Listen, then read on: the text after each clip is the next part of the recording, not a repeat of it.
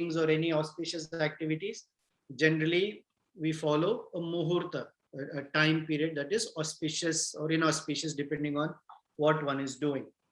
So he said that Ravana carried Sita away during the muhurta called Vinda. And Vinda is an inauspicious time for doing the kind of activity he has done. And the consequence is that whatever Ravana has kidnapped or whatever a person has lost during the Vinda Muhurta comes back to him. And a person who steals during that time, not only the thing goes back away from him, but everything that is in their possession also gets destroyed. So please be confident that Sita will come back to you because Ravana did not pick the right time. So question is, Ravana is a Brahmana. His father is a great Brahmana, Vishrava. His grandfather is even a greater Brahmana, Pulastya Muni, who's a son of Lord Brahma. So Ravana knows good time, bad time, auspicious, inauspicious, everything he knows. So how is it that at the time of kidnapping Sita, he didn't, he made this mistake? The answer is that because he was covered with lust to such a degree when he saw Sita Devi's form, that he wanted to possess her, that his intelligence did not work. In Bhagavad Gita, we hear, right? Kamat krodot sammoha. Krodhat bhavati sammoha, sammohat smriti vibhrama, smriti bhramshad buddhi nasha. Right? All coming from kama to the point that one's intelligence is destroyed. Intelligence means an ability to distinguish what's the right thing to do and what's the wrong thing that one should avoid. That goes away for a person. So Ravana, in his haste to possess Sita, made this mistake. So then, as Jatayu is speaking, Ramachandra is very curious to hear. So he says, Jatayu, please speak more. Tell me how this all happened and where Sita has gone. So with a very, very feeble voice, Jatayu is trying to respond. He has only few more breaths left. Then Ramachandra is asking, why Ravana? Why did Ravana kidnap? What enmity do I have with Ravana, or does he have with me? I haven't done anything to him. And what did Ravana say? Or what did Sita say at the time of kidnapping? Please tell me if you can. And tell me something about Ravana. How powerful is he? What does he look like? What does he do? Where does he stay? Please, can you answer my questions? So Jatayu's eyes are rolling almost in his sockets. He's about to lose his life. Still, with whatever breath he has left, while he's crying incessantly, he's speaking in a very, very feeble voice. Hardly anything coming out of his throat. He says, Ravana, who's the lord of the demons, actually created a very violent dust storm, which was full of magic and trickery. And in that magic and trickery, he carried Sita away.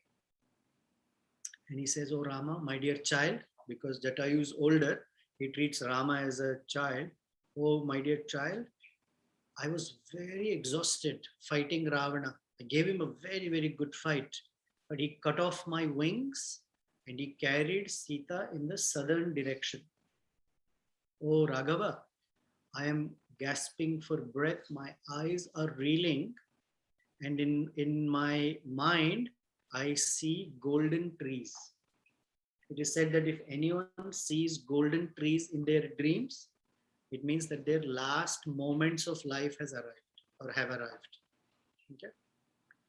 And then he talked about the Vinda time that Ravana picked or took Sita away during Vinda Muhurta. So everything will come back in your favor. So please don't lose hope. So as Jatayu was speaking like this, he started to vomit blood. And his mind is not alert And uh, saying the final words, he says is Ravana, who's the son of son of Vishrava, and the brother of Kubera, Vaishravana, has taken Sita away, and he gazed at Sri Ramachandra and was ready to leave. So Ramachandra quickly dropped his bow and arrows, ran towards Jatayu, and says, "Tell me about." Tell me more about Sita and Ravana. Did Sita say anything? And at this time, Ramachandra ran to hold Jatayu, who was full of blood, and his head was resting on Ramachandra's arm. And Jatayu's head just fell backwards, and both his legs went upwards. He was dead. Ramachandra quickly hugged Jatayu. Now Ramachandra's body is covered with blood, and so is Lakshmana's as they are hugging him. And Ramachandra is crying severely. And Ramachandra is so struck with grief that he says to Lakshmana, Lakshmana, I thought I was dwelling in this forest happily for so many years. Actually, this bird who has been in Dandaka for so many years, living happily, since the time he has met us, his life has taken a negative turn because of us. Otherwise, for thousands of years, he was living happily here. Look, as soon as he met us, in a few years, his life has turned to the worse. This Jatayu is now dead. And what to do? Nobody can escape one's destiny. And he says, but Jatayu tried his best to protect Sita against Ravana. This bird, who's the king of vultures, gave up his life for my sake. And Jatayu is a very, very righteous and honest bird. And he says, Lakshmana, I cannot tell you how much grief I'm experiencing. In fact, the grief I'm experiencing on Jatayu's death is more than the grief of being separated from Sita. I'm more sad about Jatayu dying for my sake than having lost Sita. One may wonder, but Sita is his consort. Why would he speak like that about Jatayu? But there is reasons. And he says this bird is worthy of the same kind of reverence and honor that Dasharat Maharaj deserves. Because Dasharat is a great king who followed all the Vedic methods down to the T. Why is Jatayu being compared to Dasharat? Because Jatayu also lived his life in a very pious manner. So then Ramachandra says, Lakshmana, fetch firewood. We will create the final pyre for Jatayu and we will cremate him. Generally, birds and animals are buried. They're never cremated. Cremation is a very special honor given to someone who has lived life according to Vedic standards. Ramachandra knows what he is doing. So he asks Lakshmana, quickly do so. And then he says, I will place the body of Jatayu on the pyre and we will create fire by rubbing of wood and give him the final rites. This is called Dahana Samskara or Antyeshti Samskara. Antya is at the end of one's life. And then he says, this way, when Jatayu's body becomes purified from all the blood and everything that he has been covered with, he will ascend to higher destinations. And then he says, what kind of higher destination Jatayu deserves?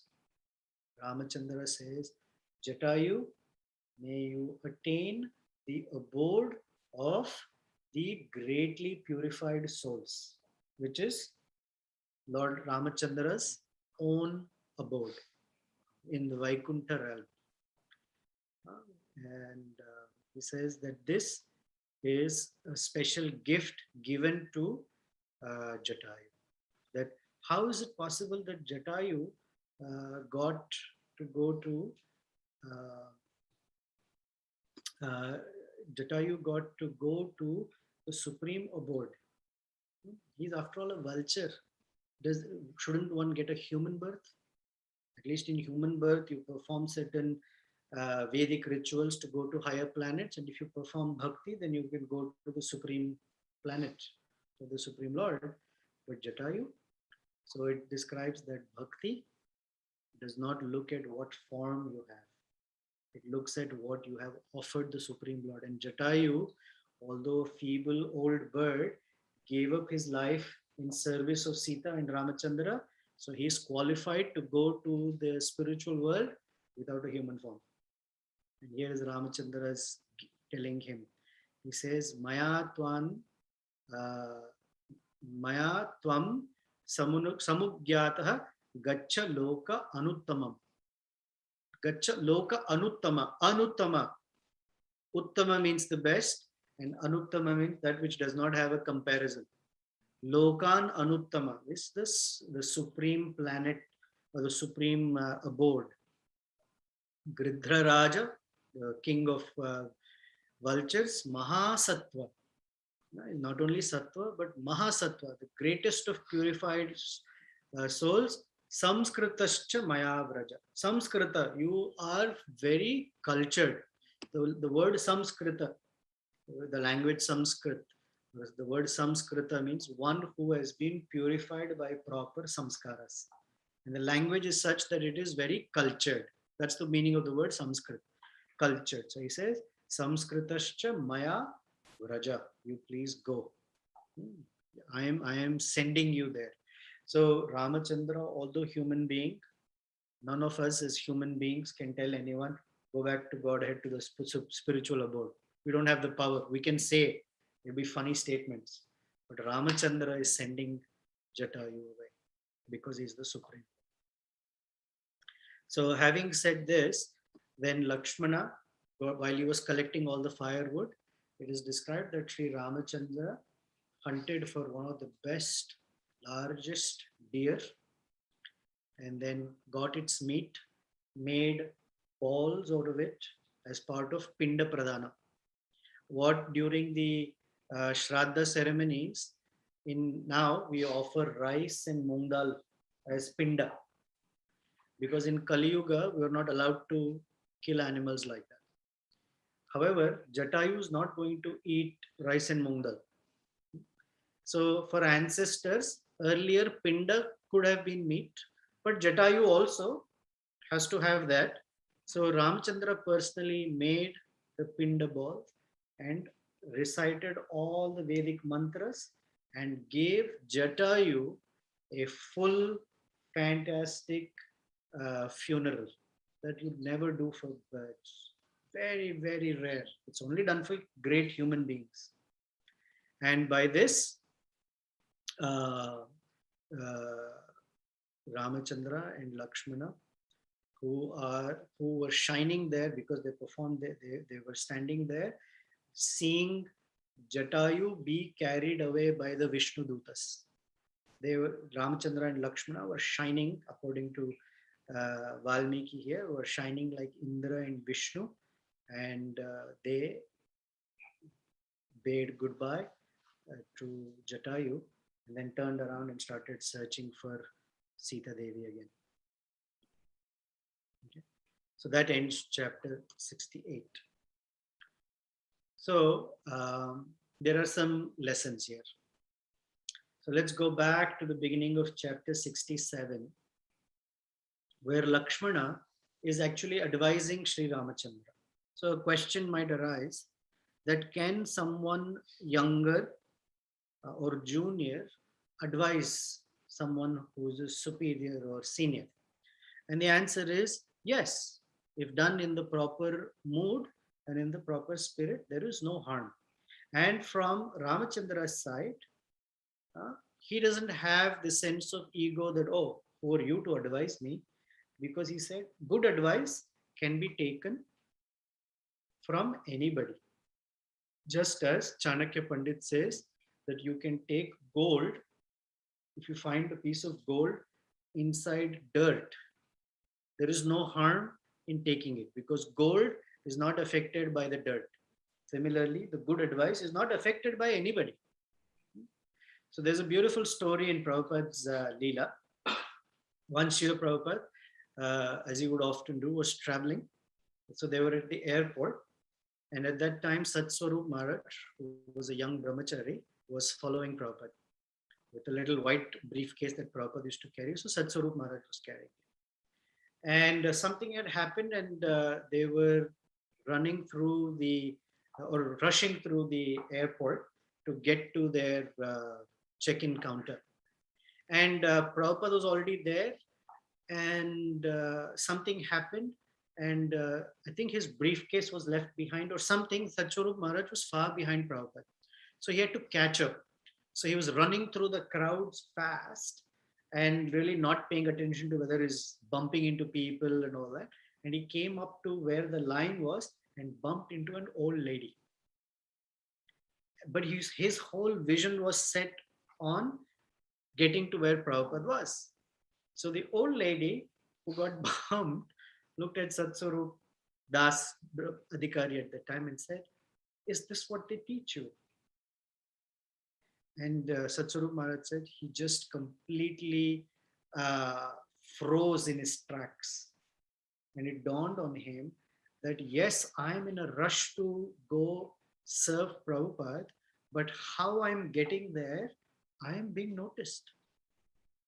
And it is, while I'm serving Prabhupada, it's also important that I'm not, elbowing people and nudging them away because they're looking at me as, is this what they teach you means it's going to reflect on Srila Prabhupada. So although the advice came from a karmi old lady, advice was very good one. So he slowed down, apologized to her, and then sort of found his way to the line. So Chanakya Pandit also says like that you can take good advice even from someone that doesn't seem so cultured. Now contrast this with Ravana. Ravana got advice from Vibhishana, he will get in the storyline later. But Ravana got advice from Vibhishana, younger. He got angry and insulted him. Ravana got advice from someone older than him. His uncle, Mahaparshva, gave him such good advice. His own another uncle, Maricha, told him, "Don't do this. It's not good for you." He did not listen. The difference between Sri Ramachandra and Ravana, Ramachandra is such a noble personality that even the slightest advice that he thinks, oh, that's a good advice, he will take it, even if it came from someone younger. Ravana, no. Whatever I think is how it's going to happen. Now, from Lakshmana's side, if you notice carefully, it sounds like advice, but it's not advice. Lakshmana is appealing. So this appeal we find in Ishopanishad when the devotee in Ishopanishad says, Om Krito Smara Kritam Smara. Oh Lord, please remember what I have done. Because at the time of death, I may not remember you, but you please remember all the seva I have done for you and take it into account. So it sounds like an order, sounds like instruction. Krita Smara. It doesn't say please. It's just Krita. Please remember what I have done. So it's not an advice or instruction. It's an appeal. And appealing is what we have to do in our life. Then Sri Narada Muni, who comes to Vrindavan, appeals to Krishna to go to Mathura. Pretty much telling him, I think it's time to go to Mathura, to kill Kamsa and fulfill the promise that you gave to Bhumi Devi. Again, it's an appeal, it's not an instruction. Now, Prabhupada said that when a master and servant have a very good service relationship, it is oftentimes that the master confides in his servant. And the example you would give is some guy would be a very rich industrialist. but he confides some things that are in his mind and he's worrying about to his driver. The driver knows stuff, what my boss is worried about, what he's thinking, because the relationship of service is of intimacy as well. And at such times, the driver may say to the big guy who's managing billions of dollars worth of business, "Don't worry, everything will be all right." Right? It's those words of assurances. It may come from a chauffeur, but still, it is very valuable for the for the master. So in such a relationship, it is okay. It's not considered instruction or advice or a breach of etiquette. It's a loving relationship of trust. Uh, of course, Lakshman also does not think, I'm advising Rama. Listen, he took my advice. Nothing like that. Then we come to Jatayu. And another lesson for us is service wins the Lord's heart. Nothing else can win Sri Ramachandra or Lord Krishna's heart. Now, this is one of the reasons why the loss of Jatayu was considered greater than the loss of Sita Devi. Okay? So, first of all, is it even that Sita Devi is his divine consort, his own Shakti? What might have Sri Ramachandra meant by this statement to Jatayu or to Lakshmana? So the meaning is that Ramachandra is saying that my own pain is less than the pain my devotee experiences. When my devotee is going through some difficulty, I consider their pain to be a greater pain for me than my own situation. So when my devotee suffers, I suffer more. Of course, we shouldn't take it in a mundane sense that the Supreme Lord suffers. It means out of love, his sense is such that when he sees a devotee suffering, he feels very strongly as well. And his empathy and compassion are not comparable. He always puts others before him. That's a statement we learned in the Balakanda, where Ramachandra says that he puts others ahead of himself. Another is that Ramachandra knows that Sita is like fire, and nothing can happen to fire. Everything that comes in contact with fire burns, but nothing happens to fire itself. Here, Vatsalya Bhav is very strong, right? Vatsalya means parental affection. Now, this parental affection is from both sides. The Supreme Lord is called Bhakta Vatsala.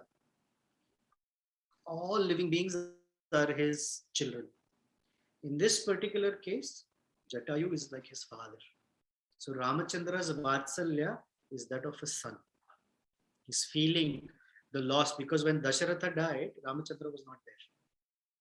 And now when Jatayu has died, he feels, I missed serving my father. Jatayu is a father figure for me.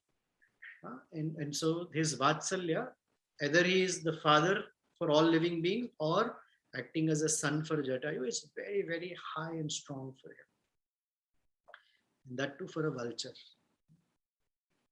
So technically lower animals, so this is a commentator by a commentary called Tilaka. It's called Vijay Tilaka. That's the name of the commentary. He says that lower animals are not entitled to doing spiritual sacrifices. Only a human being can do.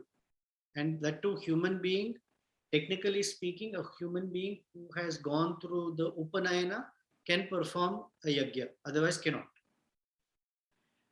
Then what to speak of Jatayu? Jatayu getting a grand funeral and not a burial. So yet Ramachandra granted Jatayu the spiritual world that is achieved by persons who perform perfect bhakti. So this commentator says, quoting Padma Purana, that although Jatayu was a bird, the burning of Jatayu's body, out of the friendship that Ramachandra has, is permissible as given by Padma Purana. Now, the interesting thing is, Jatayu got such a grand funeral and the spiritual world when he failed in his service. He was supposed to protect Sita. He gave a good fight to Ravan, but he failed. So one may consider, hey, what if I fail in my service? Yet, Jatayu went. So the question is, what to speak of someone who succeeds in their service?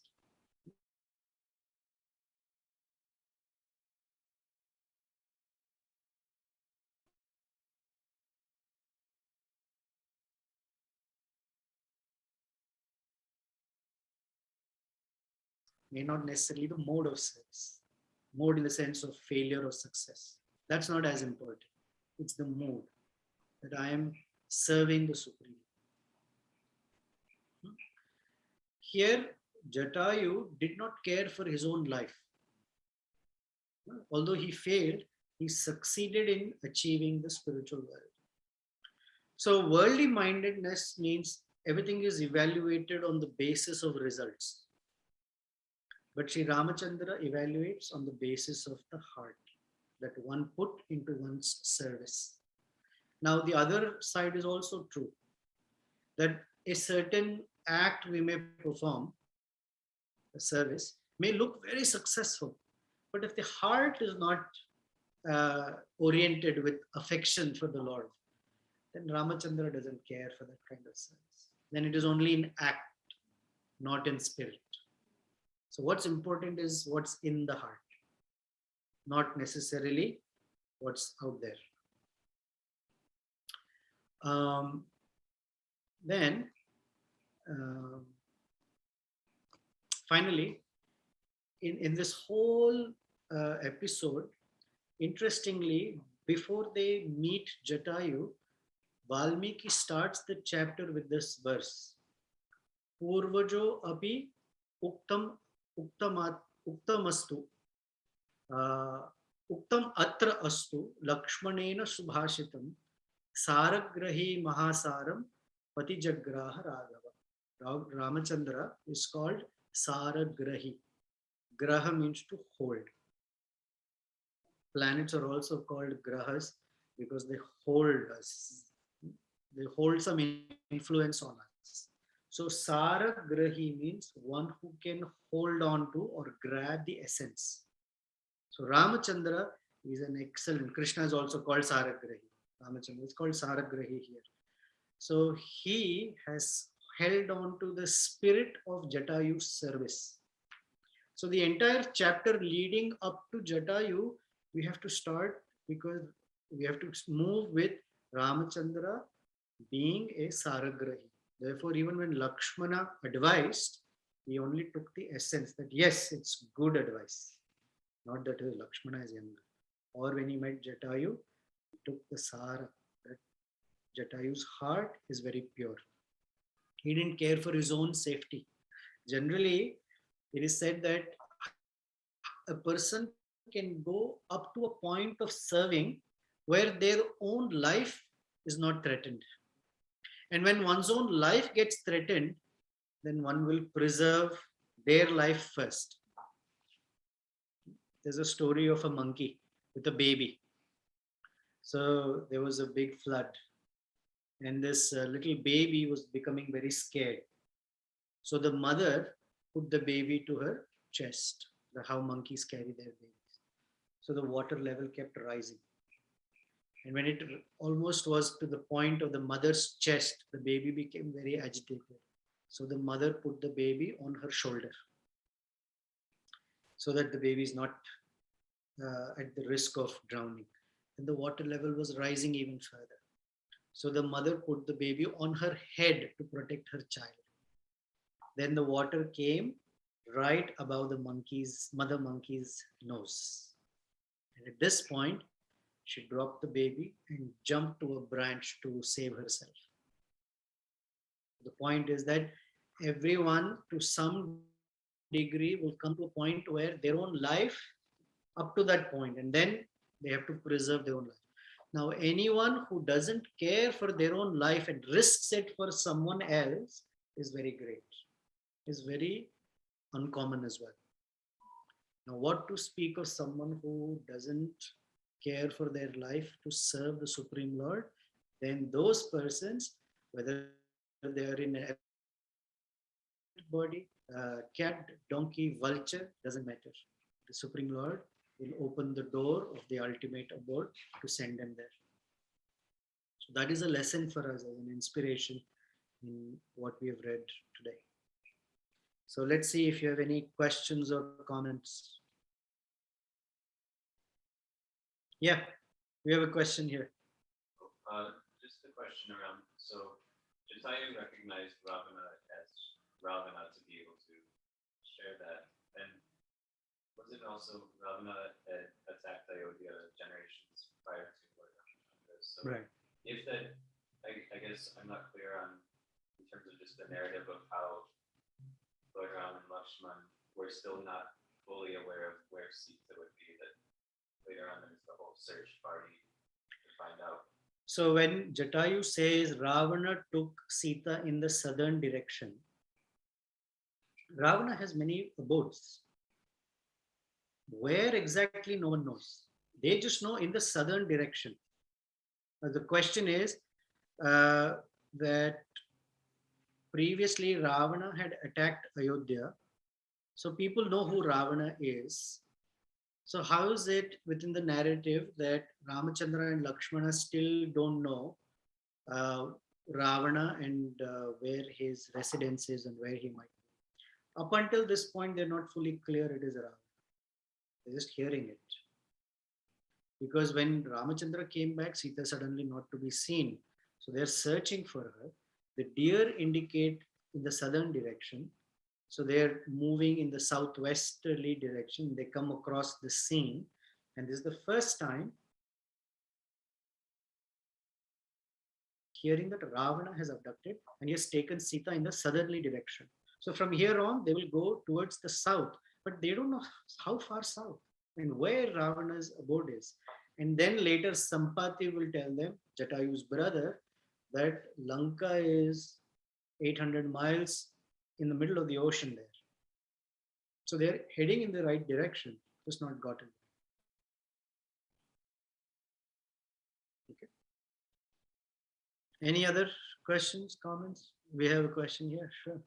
So, in relation, correlating to what Jatayu did, if we were to think he faced something very similar because Jatayu knew he couldn't defeat Ravana. And then he had two options, either not do anything or do something or do it partially. So to relate it to ourselves in life, when we are faced with something unsurmountable, we seek help or we do something else. So how can we relate that? As in you go in full fledged with the faith that you're doing what is right, or you seek advice, you seek help, and then you figure out okay what needs to be done. Very good question. In Jatayu's case, he knew he had only two options: do or die. And if he did, he's anyway going to die. But he still did. In our case, we may not have like Jatayu, so we ask for help, or we know we can only go to up to a point. So what should we do, right? Should we take advice and all that? Absolutely. The lesson here though is it's not whether one takes advice or not. Obviously, we should consult Guru, Sadhu, and Shastra. But the point is, a person can only go up to the point where his or her faith can take them. Right? After that, we call it a leap of faith. Now, whether or not a person is willing to or has the courage or strength of heart to make that leap depends upon how much the faith is pushing them to do. Now, a feature of faith is called utsahamayi, where a person is immature and overestimates the faith they have and takes a leap and falls on their face flat. There is the other aspect of it too, where one underestimates oneself and says, actually, I don't have it. So, how much does one have is not easy to assess. So, in our case, as sadhakas, we may not be taking a huge leap, but we can always go out on the limb, as they say, and try out and see what happens. And when we feel the Lord's and the devotees' help and support, then it makes it easier to take a bigger step or a next step. So that is in our case assessed. Our intelligence should be active to tell us this is too big for you, or you can. And therefore, we need to consult to say how much or how less or how more. All right. Anything else online?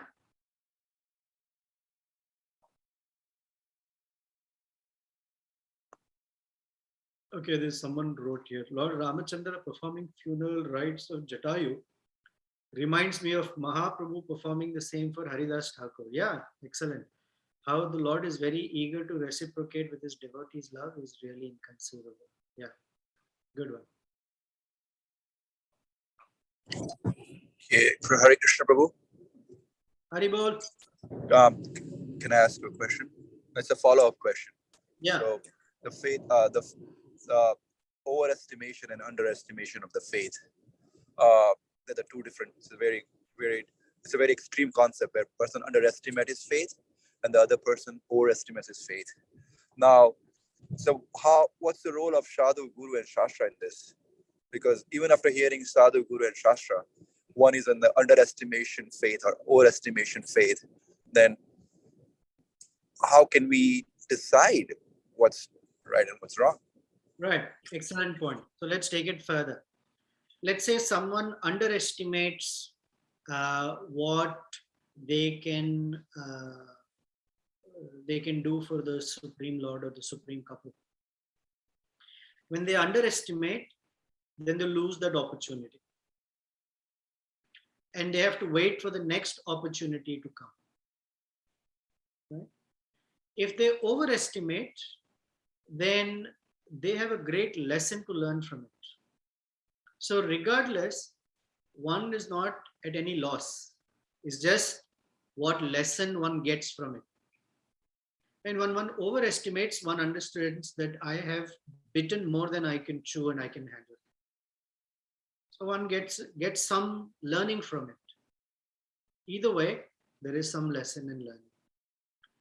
Now, even if one takes on the opportunity, whatever that is, and maybe a little bigger than one can handle, it makes a person really call out and appeal for help. And it is what the Lord is waiting to see, some appeal for help. Even if it is something small, day to day, we still appeal for help because we cannot be overconfident that, oh, it's the stuff that I do every day, I can do easily. It brings a sense of complacency or arrogance. So one is generally meant to, as sadhakas, the instruction that Prabhupada has given us is never overestimate your ability anyway. Even if you can do great things, we still call out for the Lord to please help. But please help me. Without your help, after all, this energy is yours. Without your help and sanction, nothing can happen. And that's the learning one goes through, either through underestimation or overestimation.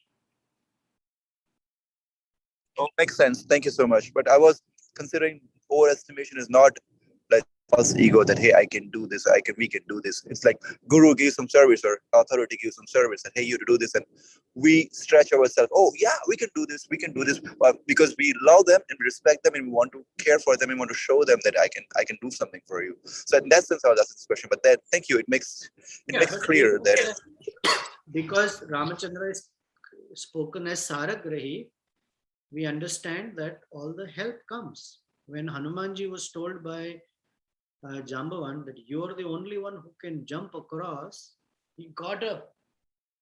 But in that act of getting up, if you just read externally it feels like, yes, I have the strength, I can do it.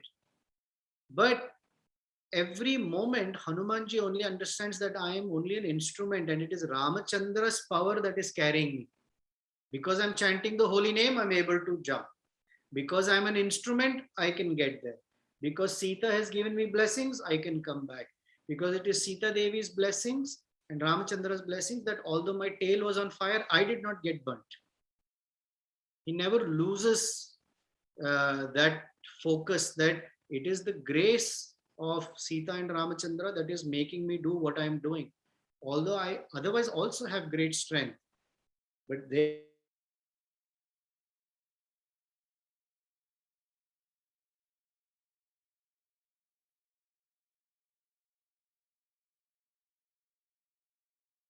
doing. Or thought, and I will pause. Makes sense. Thank you.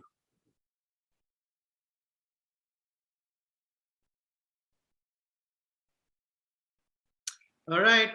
See you next week. Hare Krishna. Srila Prabhupada ki